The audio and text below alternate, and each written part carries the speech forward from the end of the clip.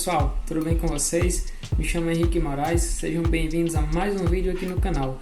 Hoje nós vamos falar sobre o cabo de rede. Esse cabo que você tem aí na sua residência, que certamente seu provedor deixou conectado aí em algum equipamento, seja no seu roteador, seja na sua TV, no seu computador. A gente vai ver, pessoal, que esses cabos eles possuem algumas características que fazem com que sua conexão se torne mais rápida ou mais lenta, dependendo do tipo de cabo que você usa e de como esse cabo foi crimpado, como que ele foi montado. Então, como sempre, sendo bem direto ao assunto, vamos lá para o nosso conteúdo. Pessoal, veja bem, o cabo de rede, ou o famoso cabo pá trançado, ele é muito utilizado atualmente em várias residências, praticamente em toda a residência, para entrega de serviços como internet, TV, telefonia e CFTV, vídeo monitoramento, câmeras IPs. Então são vários os serviços que utilizam esse tipo de cabo. E por que, pessoal, que ele é chamado de cabo pá trançado?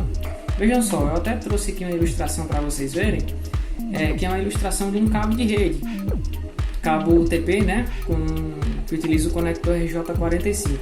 Vejam que ele tem 8 cabinhos aí, são 4 pares, e esses cabinhos eles são entrelaçados entre si. Vejam que eu tenho aqui 4 pares, o branco laranja, laranja, o branco azul, azul, o branco verde, verde e o branco marrom, marrom.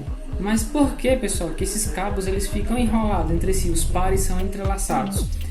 Isso acontece porque o cabo de rede ele é composto por alguns filamentos de cobre. O cabo aqui é de cobre, ele conduz eletricidade. E essas voltas em cada par, elas servem para amenizar e reduzir bastante a interferência que existe eletromagnética nos cabos, nesses pares. Então vocês podem verificar aqui nessa imagem que cada par ele está enrolado, eles estão enrolados e eles possuem uma quantidade de voltas diferente. Vejam que o branco laranja laranja ele tem mais voltas do que o branco azul azul. E o branco verde verde ele tem mais voltas do que o branco azul azul, e o branco marrom marrom ele também tem bastante voltas. Isso serve para amenizar a interferência entre os pares dentro do cabo, ou seja, a interferência eletromagnética, ok? Então isso foi só para a gente conhecer um pouquinho do cabo de rede, como que ele funciona. Vamos lá vamos adiante aqui no nosso conteúdo. Nesse ponto aqui, pessoal, eu vou apresentar para vocês os tipos de cabo de rede. Isso mesmo, cabo de rede, pessoal, ele, apesar de todos aparentarem ser iguais, eles possuem algumas categorias, alguns tipos. E os cabos eles funcionam de forma diferente em cada tipo.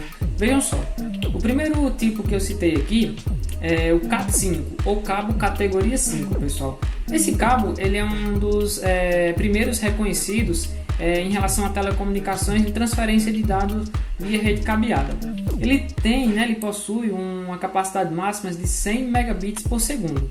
Então veja bem, o cabo de rede, pessoal, ele pode limitar esse tipo de cabo de rede aqui, o CAT5, ele pode limitar a sua conexão a 100 megabits por segundo.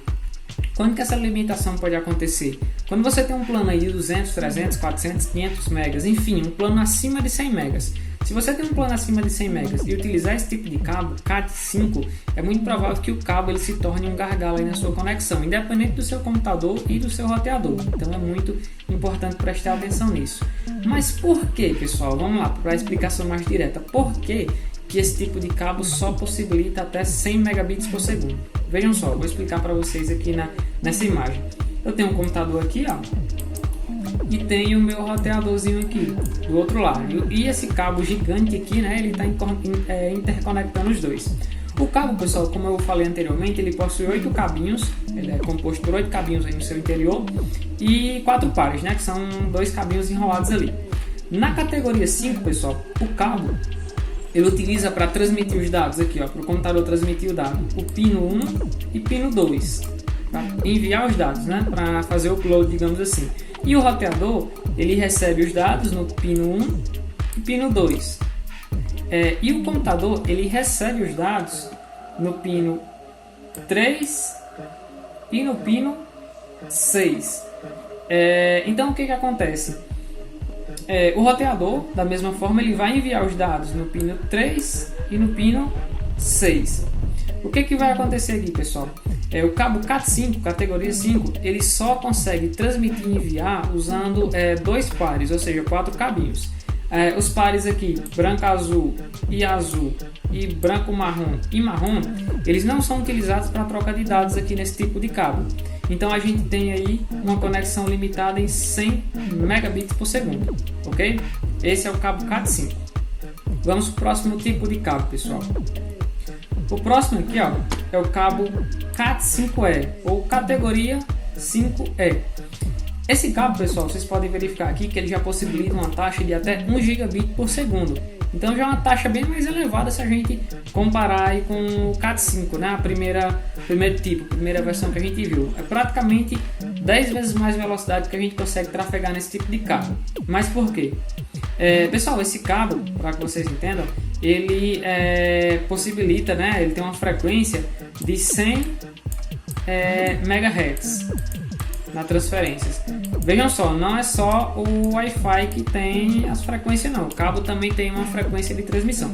Esse tipo de cabo, ele possui uma frequência de 100 MHz e ao contrário do Cat5 da primeira versão, né, o Cat5, esse tipo de cabo aqui ele já possibilita que a troca de dados entre o computador e o roteador ele seja feito aqui, ó, por todos os pares, né, todos os cabinhos, 8 cabinhos que tem aí no interior do cabo.